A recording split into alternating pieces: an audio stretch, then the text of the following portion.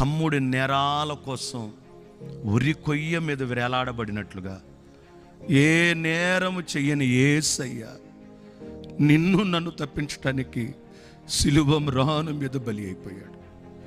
చేతుల్లో కాళ్ళల్లో మేకులు కొట్టారు ఆయనకి, మౌనంగానే ఉన్నాడు. ప్రక్కలో బల్లెపు పోటు పొడిచారు, తలకు ముళ్ళ కిరీటం పెట్టారు, కొరడాలతో యేసయ్యను నలగగొట్టారు. నేరము మనది, శిక్ష ఆయన అనుభవించాడు. మన కన్నులతో చూసిన పాపము, చెవులతో విన్న పాపం కొరకు ఆయన తలకు ముళ్ళ కిరీటం పెట్టారు.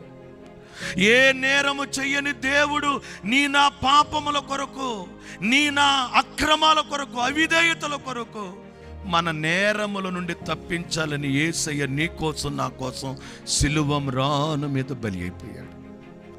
ఆ సిలువలో నుండి ఈ రాత్రి గాయపడిన తన హస్తాన్ని నీ వైపు చాపుతున్నాడు. కనీసం ఇప్పటికైనా నువ్వు నీ స్థితిని ఒప్పుకొని యేసయ్య కొరకు బ్రతుకుతాను, యేసయ్యని హత్తుకుంటాను, ఆయన కొరకు బ్రతుకుతానని ఒక తీర్మానం చేయగలిగి